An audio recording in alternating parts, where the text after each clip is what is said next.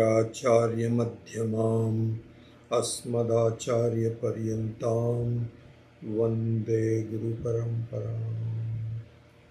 Om Bhadram Karnebhi Shrunuyam Devaah Bhadram Pashyema Akshabhiryajatra Sthirairangaistuštuvagum Sastanubhi Vyashemate Vahitan Yadayu Swasti na Indro Vriddhashravah Swasti na Pusha Vishwavedah Swasti nastarkshyo Arishtanemihi Swasti no Brihaspatir Dadhatu Om Shanti Shanti Shanti Om Sahana Vavatu Sahanau Bhunaktu Sahaviryam Karavavahai Tejasvinavadhitamastu ma vidvisha Vahai. Om Shanti Shanti Shanti. Very happy to be back in business. My voice is still not as good as it should be, but it'll get better, and you're probably used to it anyway. That's been my issues all my life, is the respiratory system. Anyway, I'm doing well, thank you.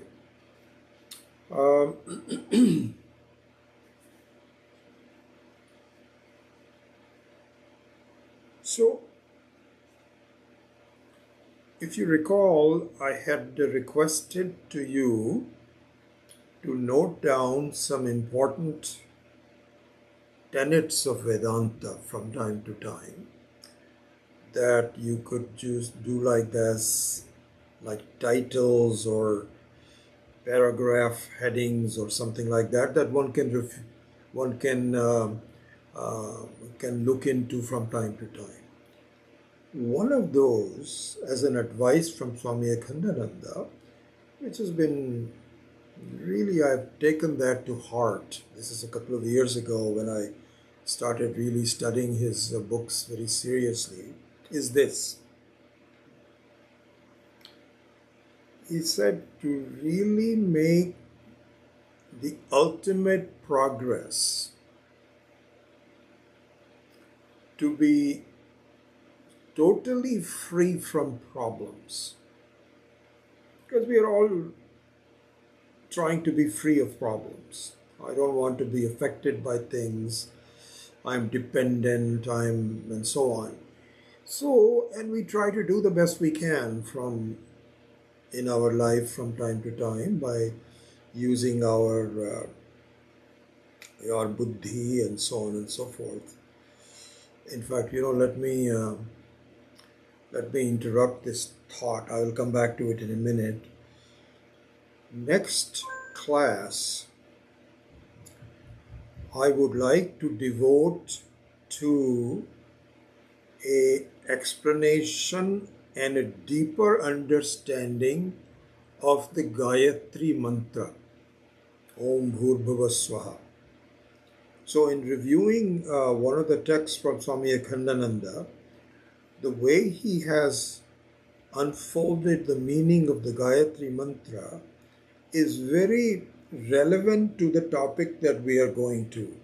So I'm going to actually announce this in the WhatsApp also, that in the next class I would primarily devote the class to an understanding of the Gayatri Mantra. Okay.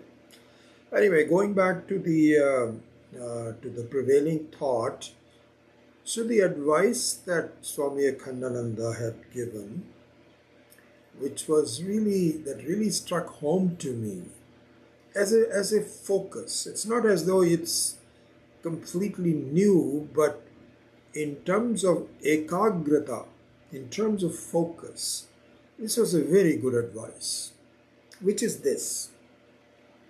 He says that if you want to obtain total freedom in your life from the problems, then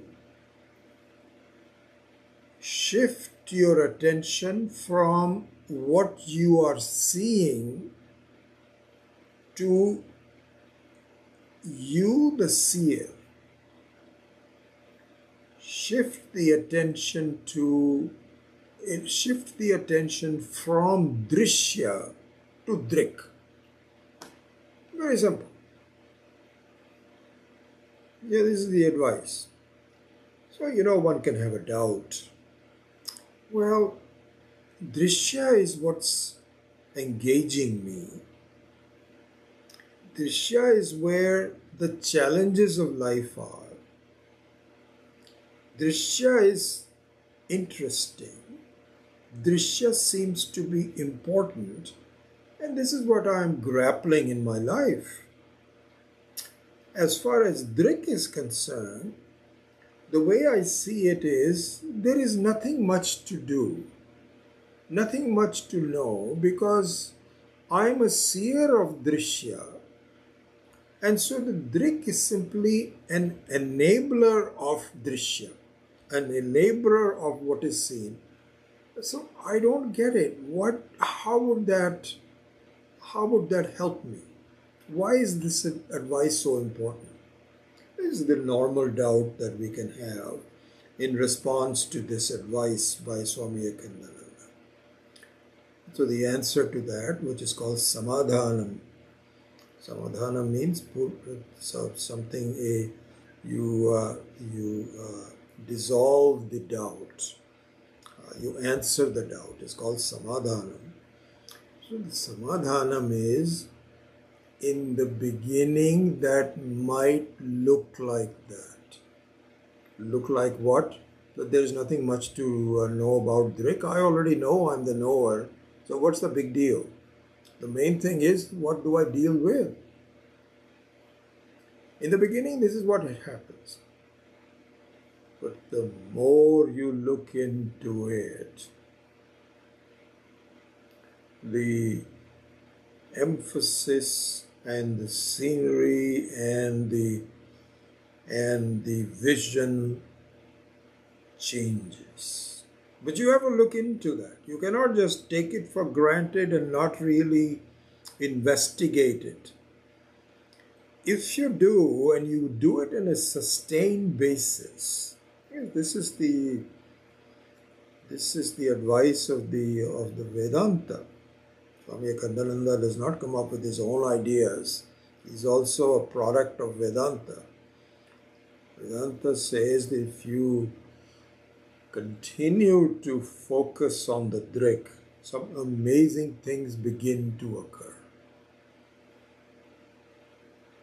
So this is his basic advice. Okay?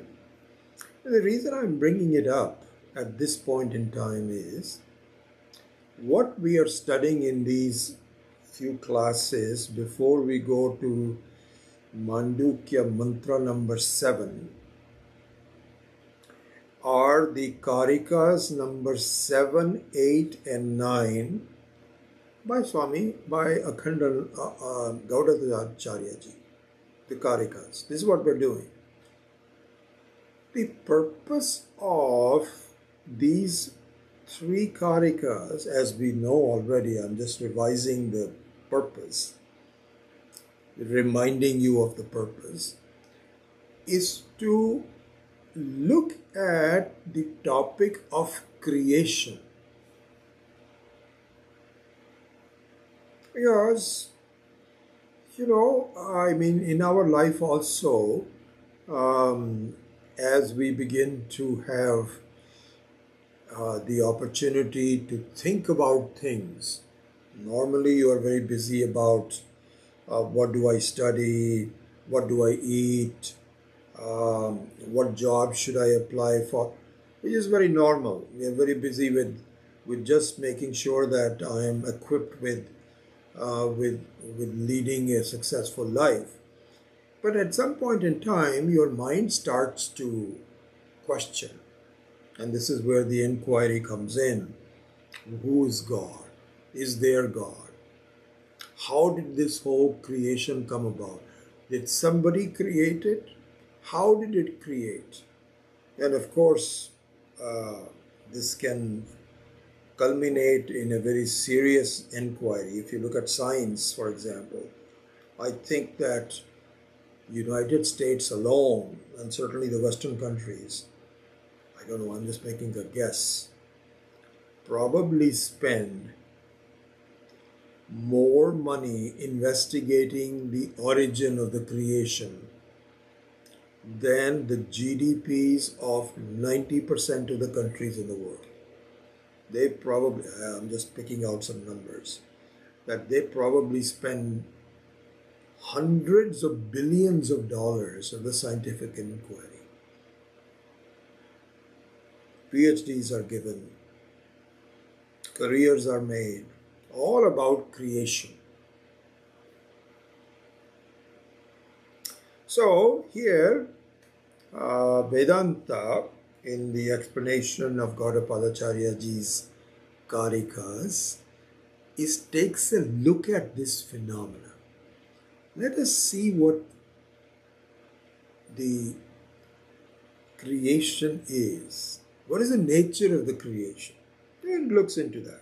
So this is the topic that we're doing. Okay. Now the reason I mentioned the advice by Swami Akhandananda that Drishya is just in the beginning as a kind of like a child's play. The investigation of the Drik is the real wisdom of life, which will lead you to total freedom. This is what we said. The reason I mentioned that is that in the examination of creation, Shrishti, the same principle applies. Because it's very consistent. Shrishti means what? Shrishti means creation, which is it Drishya or is it Drik? It is Drishya. It is what you see, and what you see, you conclude from it.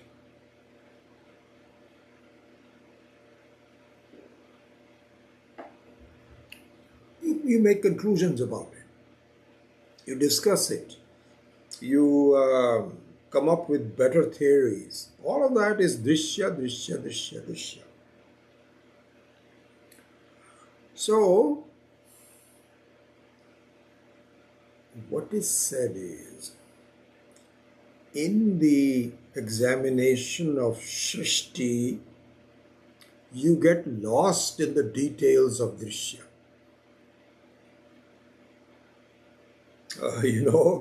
I gave this example, I spent maybe a bit too much time in the last class about buying a car.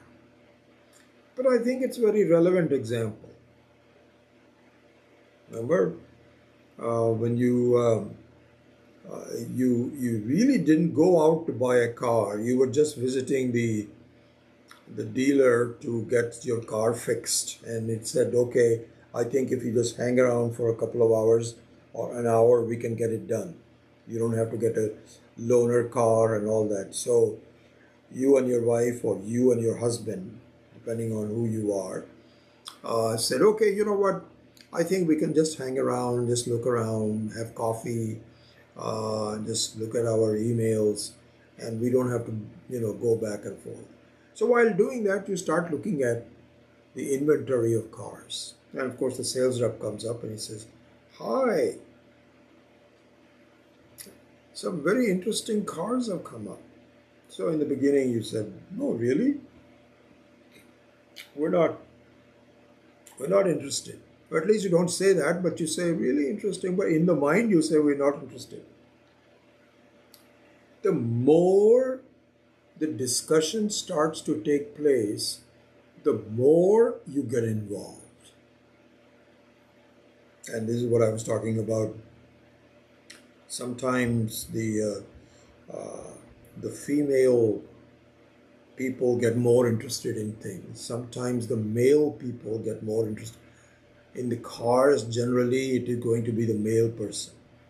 because the male person has been looking at technology, EVs, electric cars, comparisons, and so that starts a comparison between, starts a discussion between the sales rep and that, and you go so deep into it, and uh, and then you start to say, well, maybe this, and the person will say something like, we just a brand new edition has just come. It's got a very beautiful color, and we have two of them left, and one of them has already been accounted for, and there is a sale going on at the end, those kind of things. And pretty soon the wife tugs at it and says, honey, we have cars. Why do we have to get another one? There's money to be spent on other things and so on. Why are you getting so involved in it? We were just here not buying a car. So you say, you know what?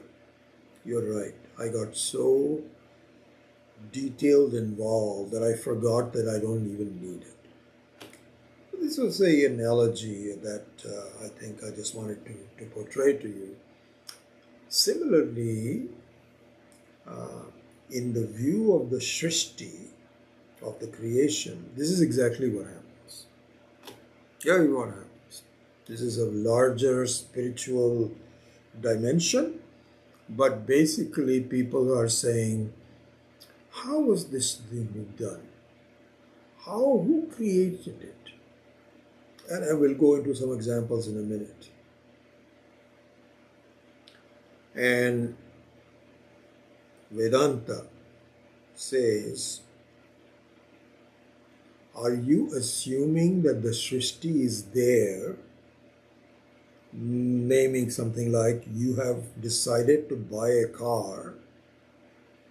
Are you sure about that? Because I am not so sure that there is this thing called Srishti. You say, what? How can you say there is no Srishti? Because I see it in front of me, I experience it.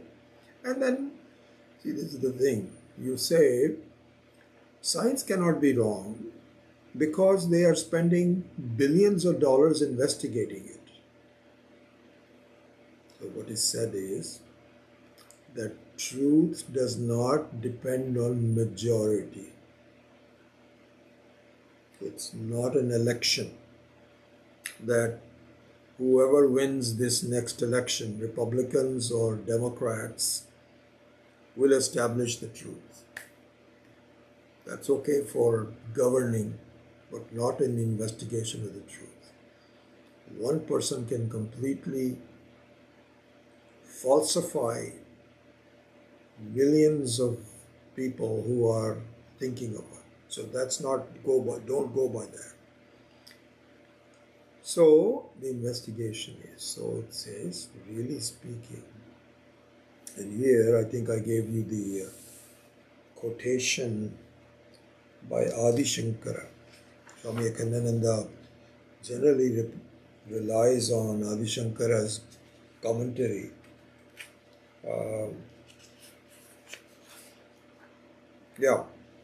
So he gives this citation of the Shankara Bhashya on his Mandukya Karika book, the Hindi book, on page 332. He says, Iti Shrishti Chintikaha Manyante Natu Paramarthika Chintikanam Shishtau Adaraha Ityartha. Iti Shrishti Chintikaha Manyante Natu Paramarthika Chintikanam Shishtau Adaraha Ityartha. Ityartha means, this is the meaning. Iti Artha. This is the meaning. What is the meaning? That people who are engaged in unraveling Srishti, they think like that. But not the ones who are Paramarthika Chintika. Why? Because Srishtau Anadaraha,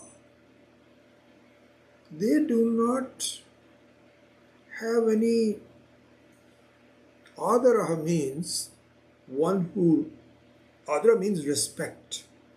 Really, that's the classical meaning of what adaraha. They don't have any respect, means they don't think much about it.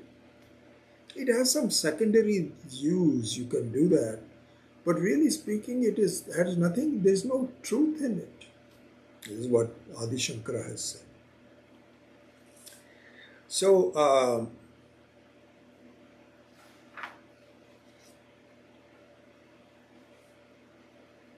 so going further, how are the people? So this has this explanation, this way of thinking is very important in the way, keeping our focus on what we need to do in life, because that's really what it is. We are making a mistake about things, and we get entangled in the mistake, and to extract it, we have to say that the whole thing is just a mistake. Not like you have to solve individual things. How do I do this? There's nothing to be done. As Swami Dayanand used to say, there is nothing to be done, there is something to be known. Because it is not a sadhya vastu. Atma is not a sadhya vastu, it is a siddha vastu. It is not to be something that you can do anything about. This is a very important topic, and we will go into more details on that later. So there's nothing to be done. So in any case, as terms of the Srishti, there are different viewpoints about the Srishti. And what happens is that the mistake we make is we get involved in what appears to be reasonable thinking, but upon final analysis of Vedanta, it is not reasonable. But for the time being, it looks very reasonable. And you get involved with it. What are some of the examples of that? So we'll look into that. So, this is a very detailed explanation by Swami Akhandananda over 30, 40, 50 pages. So I'll have to just extract it because it will just take too long for us to really go into the details. Which is okay if you're teaching 3 classes a day, but not okay if you're teaching 1 class a week or maybe 2 classes a week. All right, so here's the summary of some of the summary. One is people who think of Srishti based on karma. On karma. So this is the karma kandinaha. This is the first part of the Vedas, who believe that the only truth about how things go, where to go, how evolves, how the Srishti evolves, is through karma. Karma, karma phala. Karma phala, karma. One or the other. And that remains the same. And this karma is not only the laukika karma, not the everyday karma, but this is shastrika karma. Means it is Vedas are perennial. Karmas also are perennial. And so the truth contained in that are perennial. And so you better observe it. And if you want to do karmas will take you into better and better experiences in your next life, then you have to do shastrika karma, yajnas, and all of those kinds of things. And you follow the practices of Vedas, and you will, this is how you would evolve in your life. So this is what is called karma. This is one thing. Then another one is bhakti. Bhakti means that Ishvara is the karta of this. There is some real creation, and it is done by Ishvara. And the manifestation of Srishti by Ishvara has to be understood. And you basically dissolve your own individuality and just do bhakti to the Ishvara. That I am just a small part of the whole thing. You are the karta of the Srishti. Please take me to whatever you want me to do. I don't know where you are, but whatever it is, I have complete faith in you. I am tired of really this life, and I just do Sharanagati to you, the Ishvara. This is the presence of bhakti. So in this is the nature of bhakti, and in this nature of bhakti, what it means is, yes, there is a Srishti, there is a reality, and please allow me to be a positive part of the Srishti. This is the nature of the bhakti. Okay. Another one, number 3, is yoga. Yoga. Yoga means, again, that yoga, of course, as opposed from Sankhya, as it is what is called Saishvara Sankhya, means that is Sankhya which is accompanied by Ishvara. So they believe, yogis also believe in Ishvara. And what the yogis say is, yes, there is a Srishti by Ishvara. That means you accept it as a real Srishti, right? So all of these examples that we have, karma, bhakti, yoga, Sankhya, Buddhists, all of these, Jainis, everything, including, of course, the more modern religions like Christianity and Islam and so on, means yes, there is something really going on. And all I need to do is to not resist it, but to flow with it. This is the basic idea about all these religious thoughts.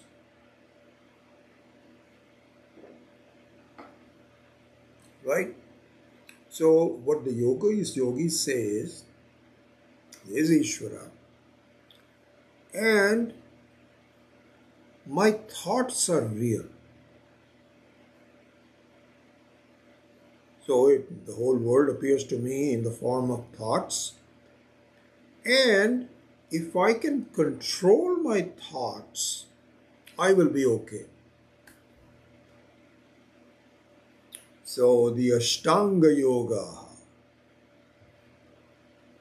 Yama, Niyama, Asana, Pratyahara, etc., culminating in Samadhi, means the world gives me a problem through my thoughts.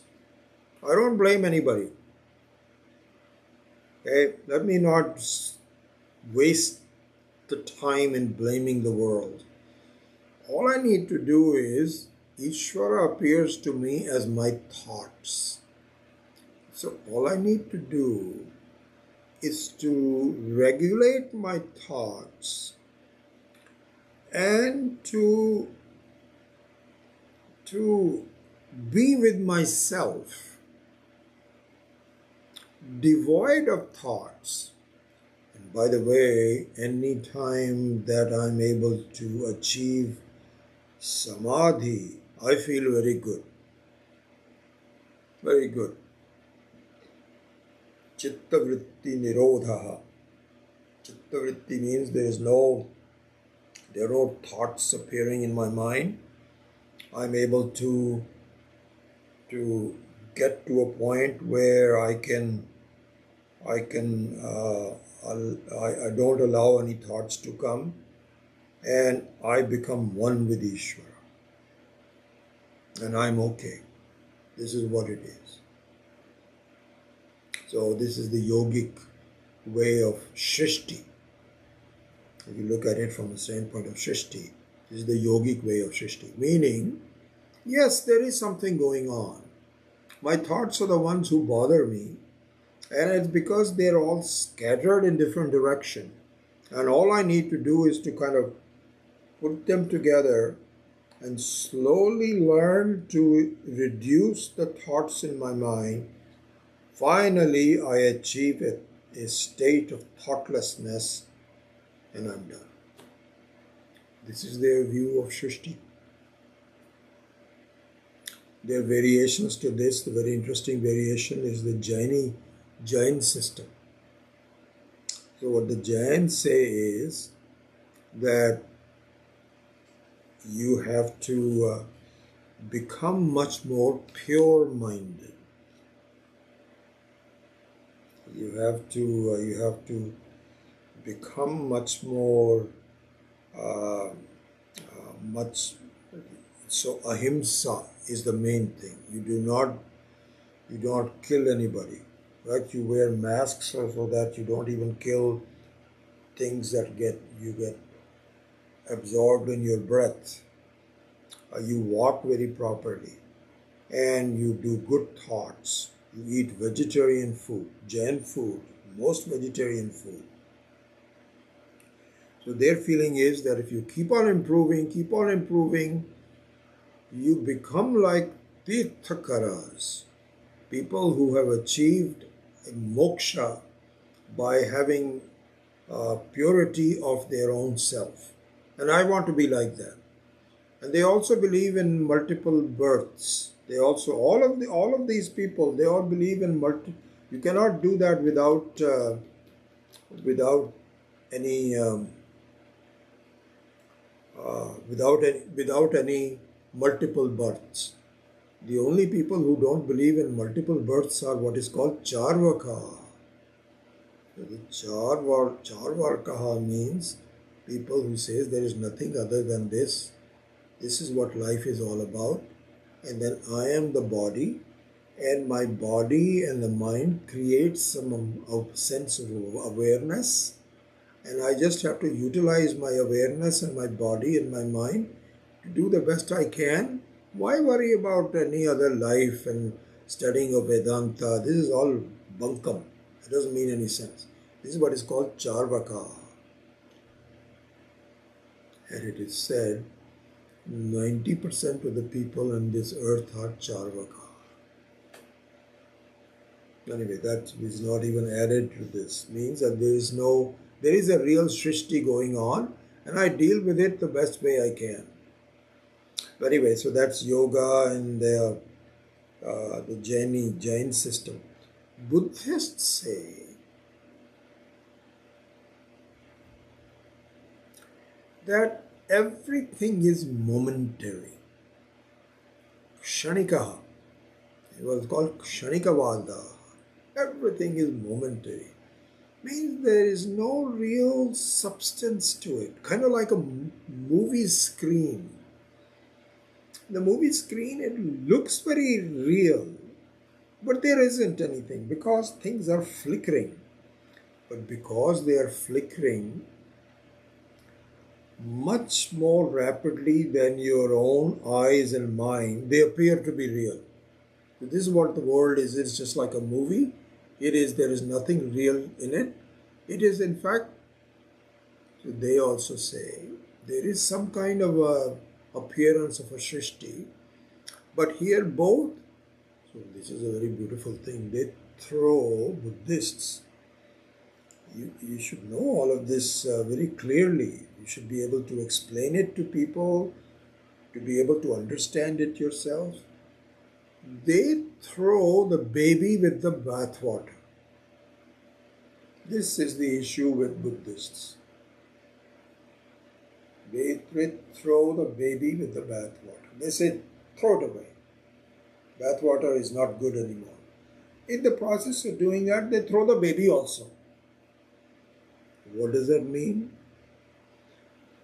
They say both drishya and drik are momentary.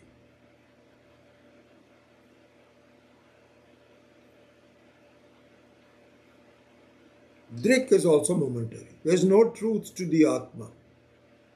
Atma is also flickering. And what it sees is also flickering. The whole thing is just flicker, flicker, flicker. Just meditate and find out you are not a flicker. If I am not a flicker, who am I? You are also nothing. You are just nothing. So the feeling of being nothing is moksha. Funny ideas. How it has become so popular, it is just beyond my mind, honestly. Because Buddhism is the basic rejection of Vedic thoughts. This is, I tell you, if there is a creation by Ishvara, it's a very amazing, funny creation. How he allows people to adhere to non-truth, like Buddhists.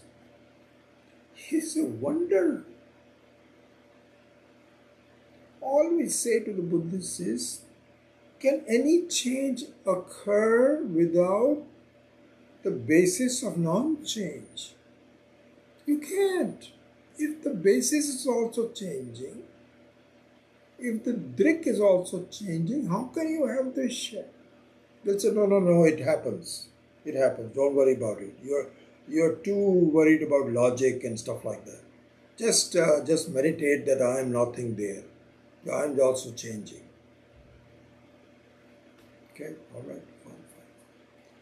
Then the final one is Sankhya, which is also a very interesting one, but deeply flawed. So the Sankhya say that there is a Prakriti and there is a Purusha.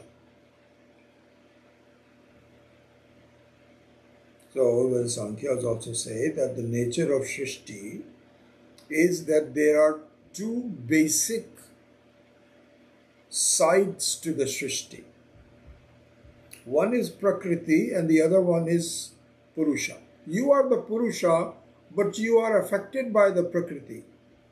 And you are not affected by the Prakriti. So just meditate that you are different. Drik is different from Drishya. Just meditate on that.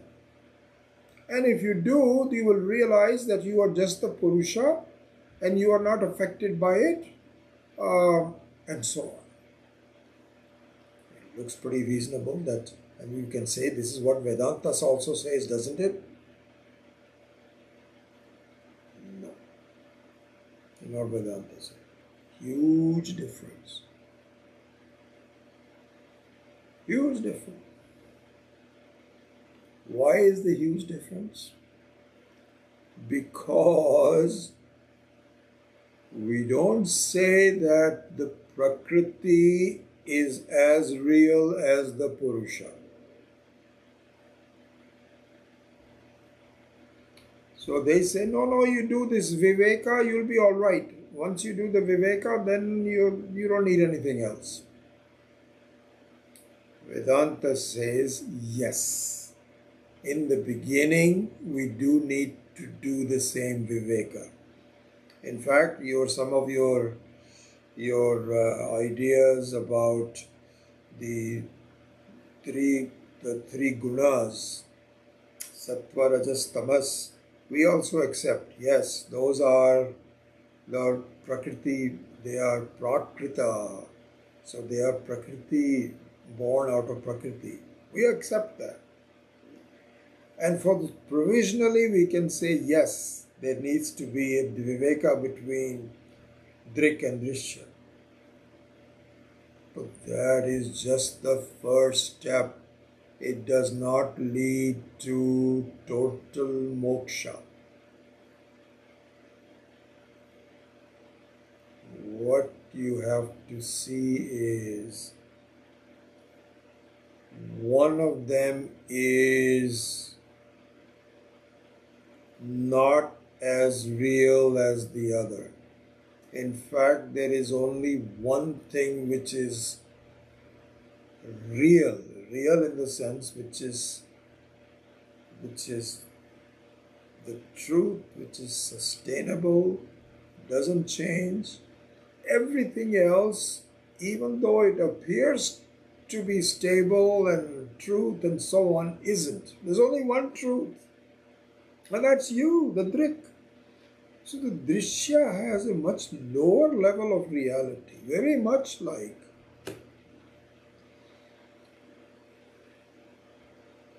if you go to a gym that has so many mirrors. The gyms are very clever people because now there is a lot of squeeze on space. So they have a small space with lots of people exercising and so on. So to create the illusion of space, they have mirrors. Mirror is a very beautiful analysis of the mind, a comparison to the mind. Because what the mirrors do is to turn one into many. You walk into a room that has all these mirrors at the right angle, and you'll see multiple of you. I have a bathroom upstairs that my wife had designed when we were redoing this house a few years ago. So it has one main mirror, and then on the two sides, which has movable mirrors on the two sides. And if the two movable mirrors, because they have some cabinets there, if you angle it right, you see yourself multiply hundreds of times because it all bounces back and forth. So you have plurality, but the question is the plurality real? It's only one person. We have in fact, they are visiting us right now.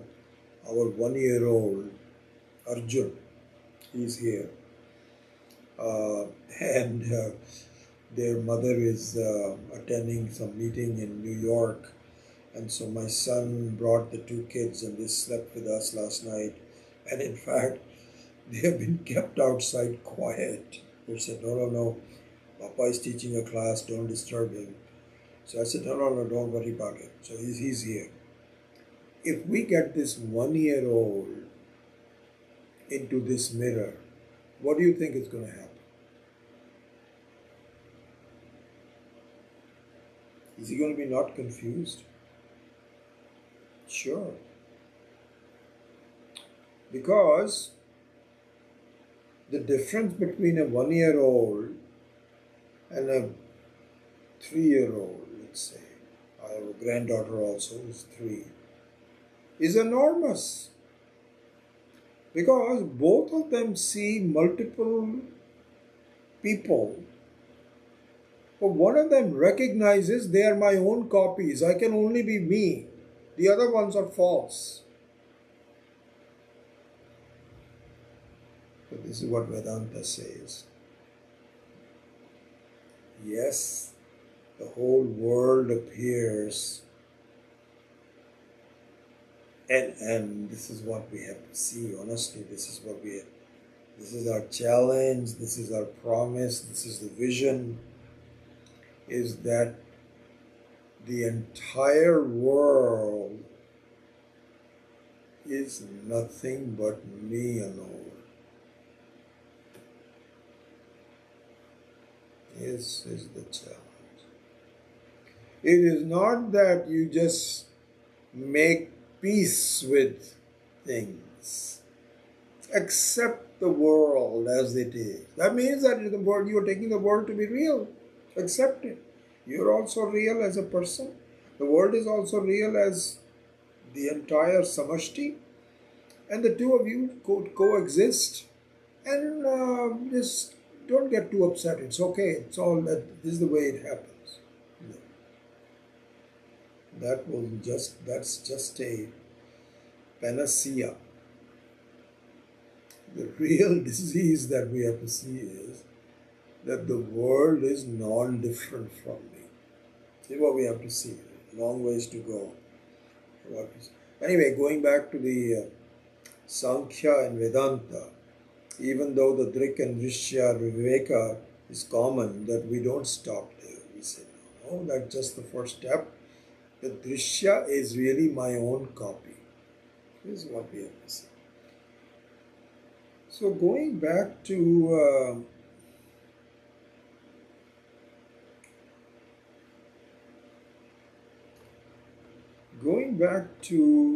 the advice by Adi Shankara that Paramarthika Chintika Nam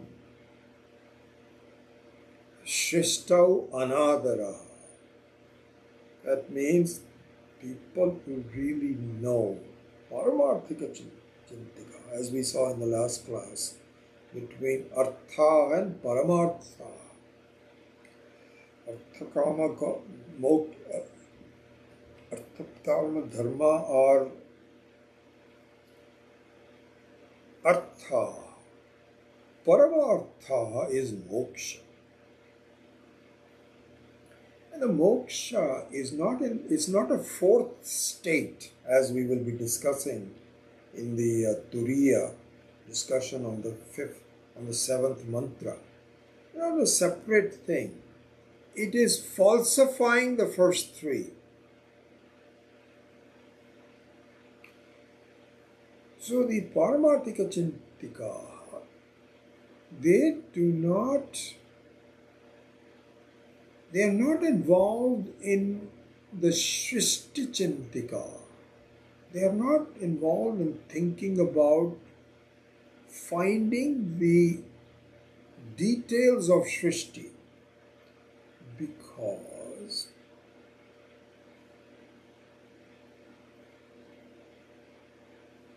it is not worth doing.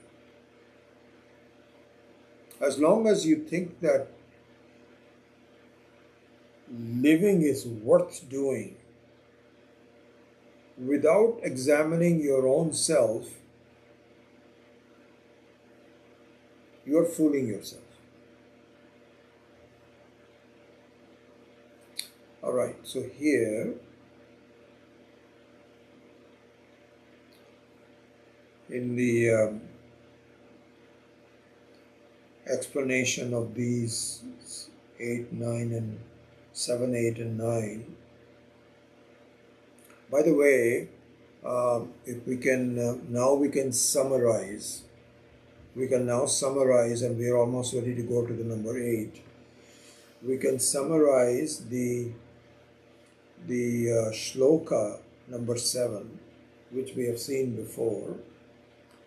Vibhutim prasavam tu anye manyante shrishti chintikaha swapnamaya swarupeti shrishti anyaihi vikalpita.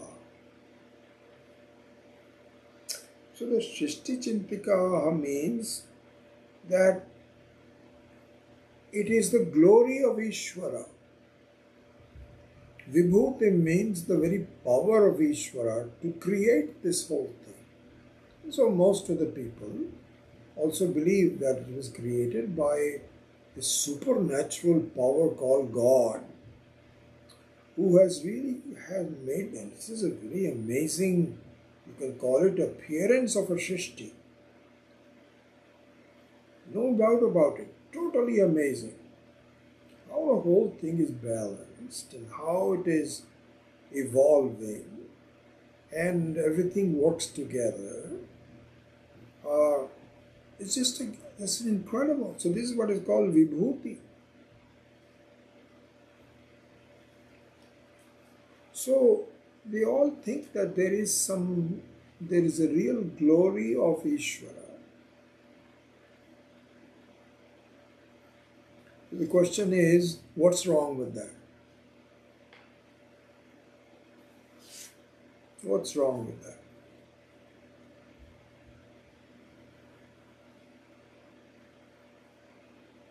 Where's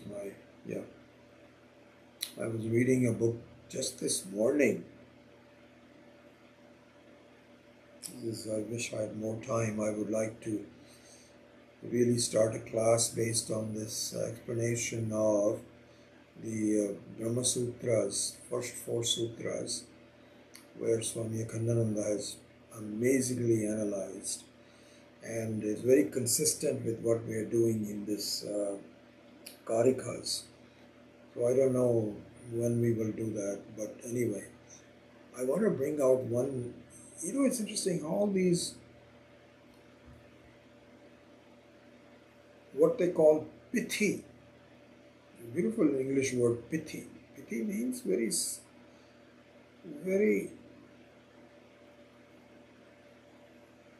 succinct and very precise and very effective.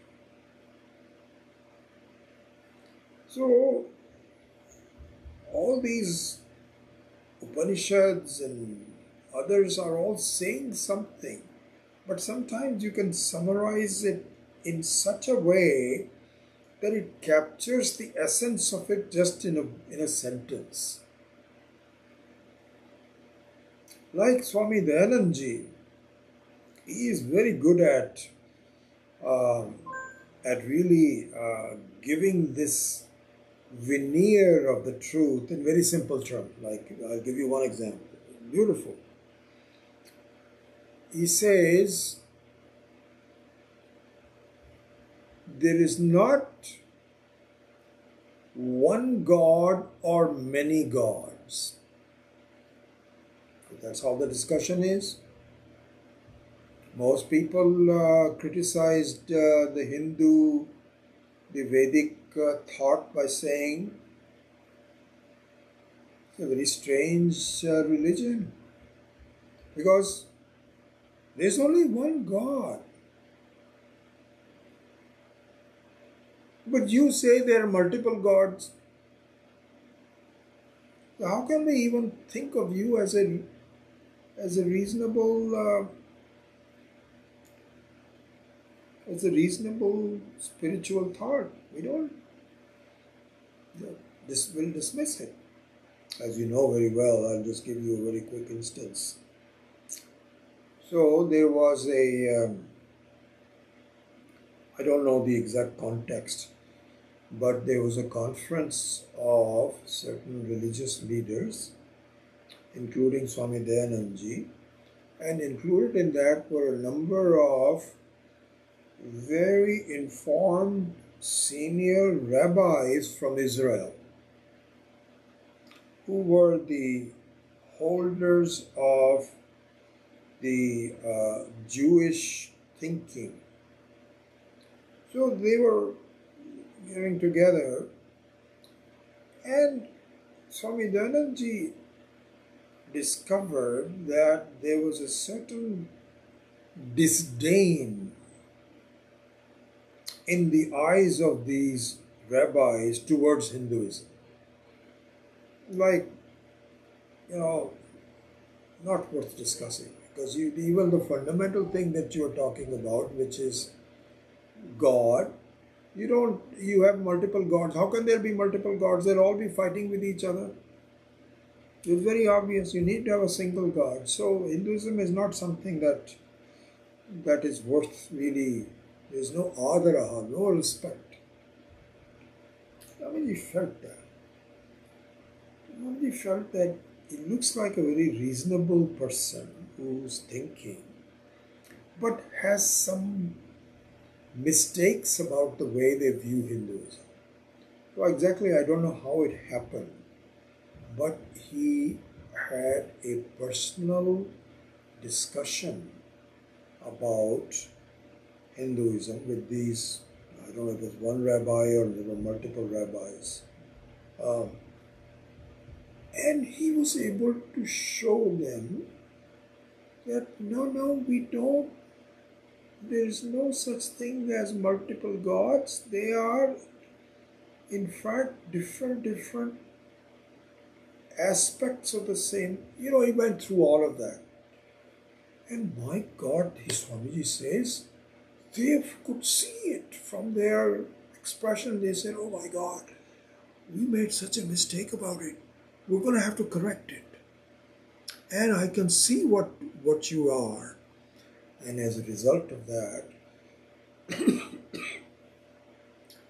they invited Swami Dayanandji, and and then Swami Dayanandji also had deputed Swami Paramatmananda from Rajkot to really go to Israel and really try to explain this to the people in the right way. Anyway, so all this was going on. The reason I say that is that in the statement that Swami Dayanandji makes is, people say there is one God, people say there is many gods. We don't say there is one God or many gods. We say there is only God. Beautiful statement. Truthful statement. Pithy statement. Swami Dayanandji had really come out with many of those in that sense. So very similar to that is what Swami Akhandananda says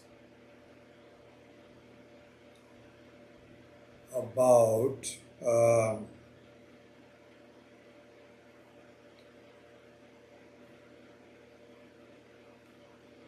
Shrishti. Okay? And what he says is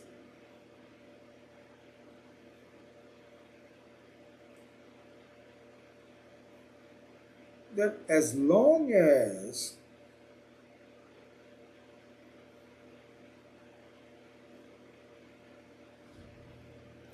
you think that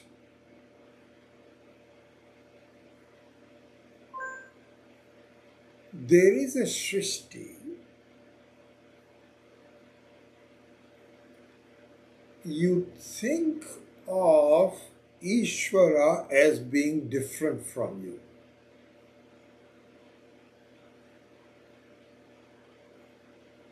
So in this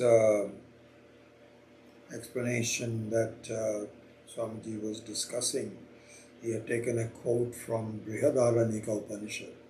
Very beautiful how he has summarized. And that's why when I was thinking in the process of reading it, that his explanation of the Gayatri Mantra will be very useful for us to see. So I will devote the next class primarily. I hope that it will take the full time. If not, we can do something else, talking about the Gayatri Mantra. In any case, what Swami Akhandananda says, so I go back to his pithy statement, that as long as you have thoughts of Shrishti, of creation, it is because, so it's an offspring of the mother thought that Ishvara is different from you.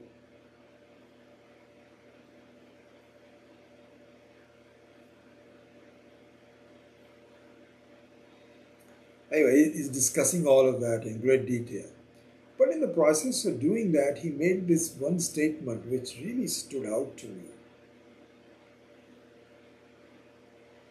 So I'm just going to, if you have a paper and pencil, just write this thing down, even though we may not get the full import of that in our mind, but this is what we have to aspire to.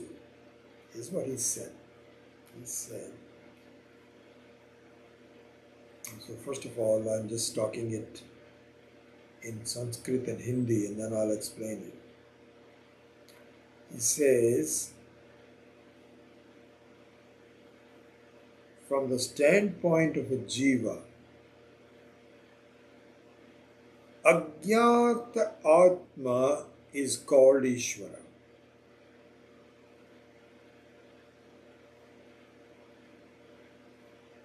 And Jnata Jnata Atma is Atma. Again, in English he says, in one more time and then I'll translate. Ajnata Atma equals, so Ishvara has two names. It's the same Vastu. Ishvara has the same Vastu, but it has two names. Like, for example, you can have a woman who is both a wife as well as a mother. It's the same person, but it has two different names. Because, if somebody says, you fill in an application and you say, um, do you have a spouse? So you say, I'm the wife of somebody. Or another application will say, do you have any dependent children living with you? You say, yes, I have two children. So you're both the mother as well as a wife, but the same person. Similarly,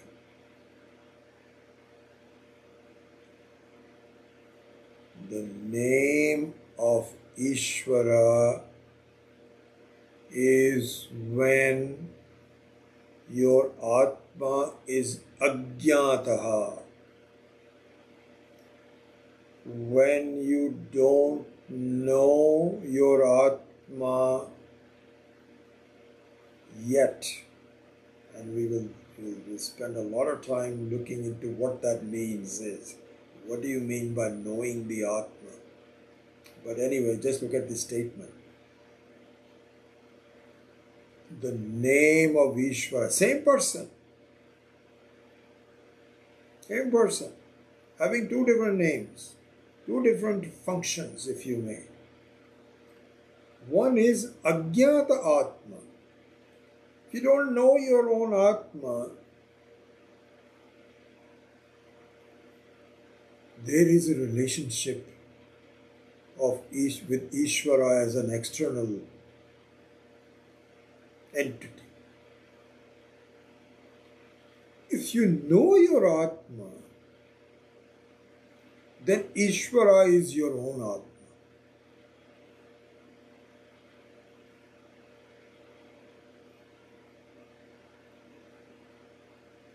I have not seen this way of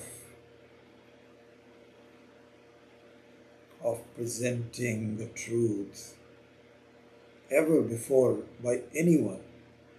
No one. Just amazing. I mean, when I read that, it just brought home the very truth of it. And it's interesting, you keep studying, you keep thinking, you lead your life. I mean, I'm in my 80s now and I've been doing this. And the result of that is that when these kinds of statements are made, they grab you. So, yes, that didn't happen before. I'm sure that Swami Dayanandji might have even said the same thing in one form or the other. But at that time I was just getting introduced to it, so I would be taking notes and saying, what is this, what is that, and so on and so forth. But now when I see this, I see, yes.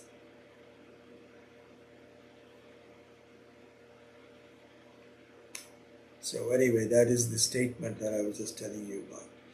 So now we begin to look at the Vedantic view of creation. Remember, we talked about all the other ones, karmis and bhaktas and yogas and Buddhas and Jainas and Sankhyas and all of those. So we've done all of that. Well, what do you say? How do you view the Srishti to be? So in the explanation of that, there is a very important mantra, Vedic mantra, which is being cited here. So now let's start to examine that.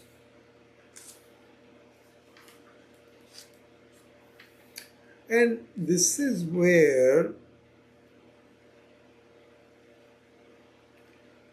the example of the Gayatri mantra that we will do in the next class becomes relevant. See? So that's what it is. So this is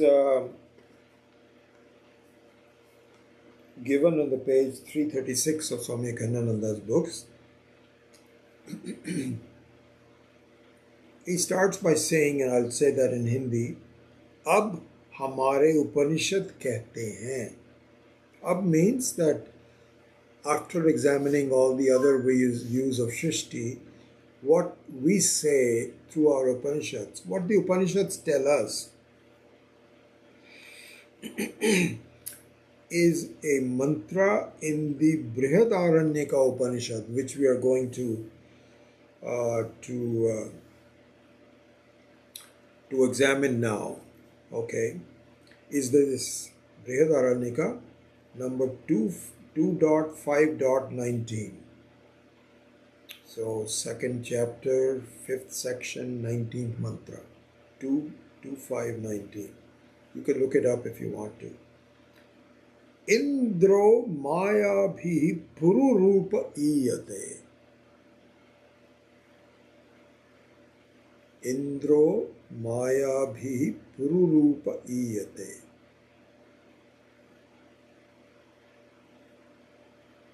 This is the one. So what does it really mean?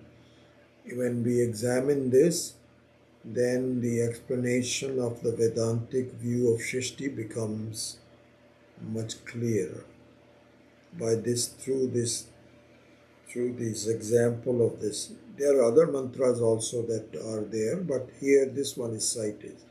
Indro maya bhi pururupa iyate. We will look at each one of them. Starts with the word Indra. Who is Indra? So in looking at the word Indra, it has different names, very much like as we were talking about the mother and wife, same person. So one of them is through the Puranas. In the Puranas, Indra is Swargavasi. It is a citizen of heaven. In fact, the leader in heaven. This is Indra. Then there is a view of Indra from the standpoint of being Ishvara, Aishwarya, means the one who is the so-called creator of the whole Shrishti, apparent creator of the apparent Shrishti, but responsible for regulating everything, running the show, etc. So this is called Indra. So this is what is called the Adidaivika view. Adidaivika view. Devaha as a Deva. Finally, for our purposes, we have to see Indra as having Adhyatmika view. Adhyatmika. What does that mean?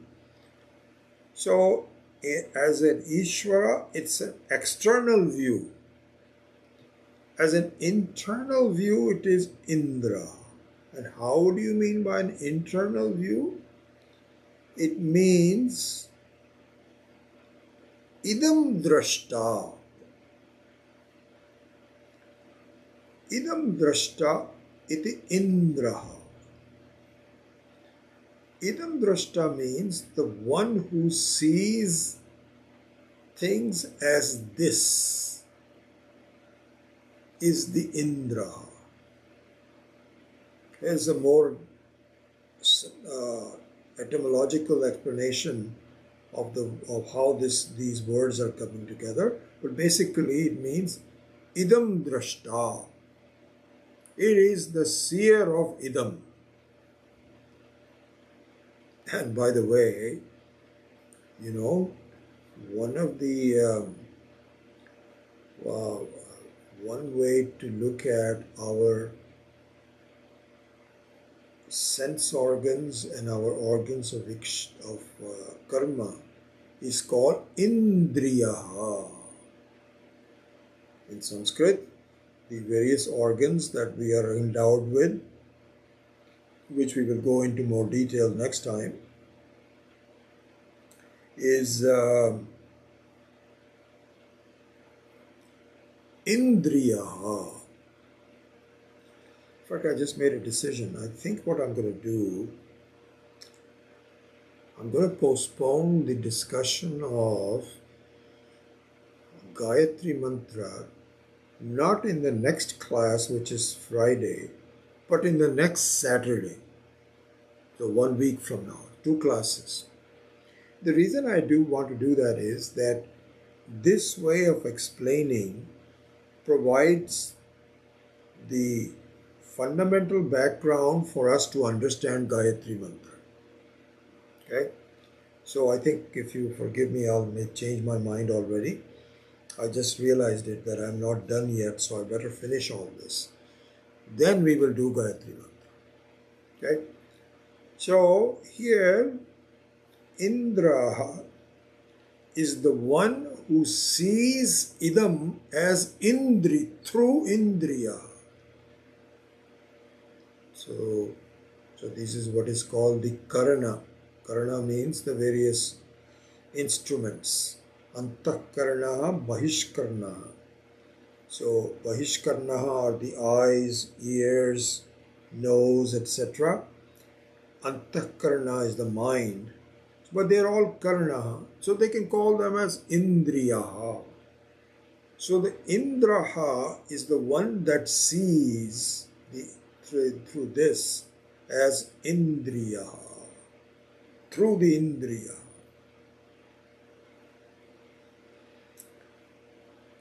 So anyway, I will pause at this point and continue with these thoughts as the Vedantic view of Shrishti through this important Brihadaranyaka verse, Indraha, Indro Maya Bihi Pururupa Iyate.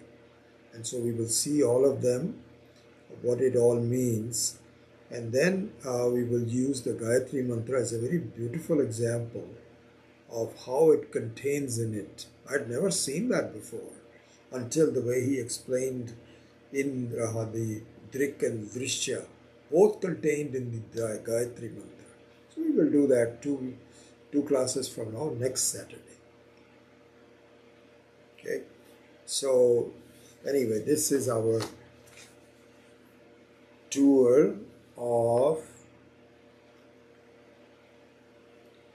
the nature we need, the nature of our thoughts to view the creation in front of us.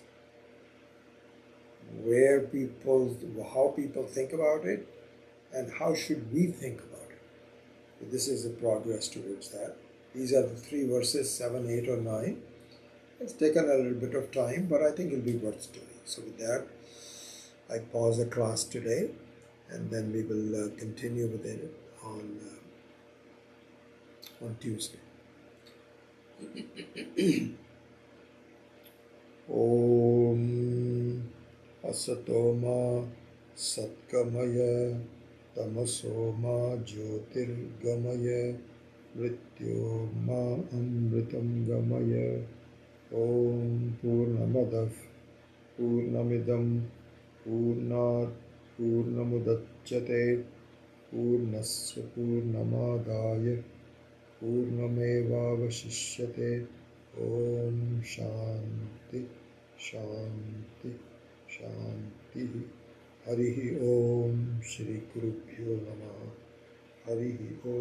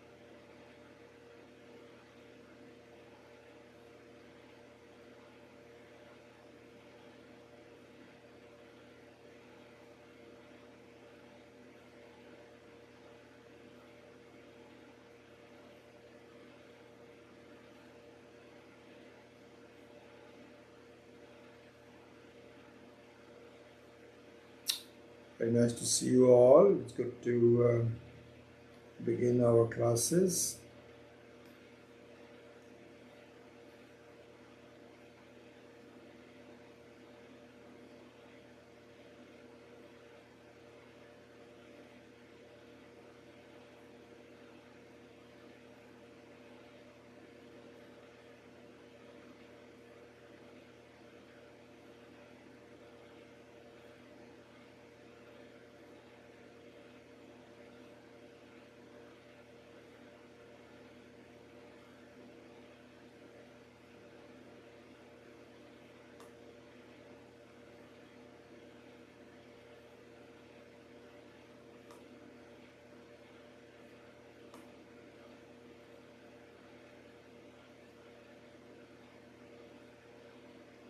All right.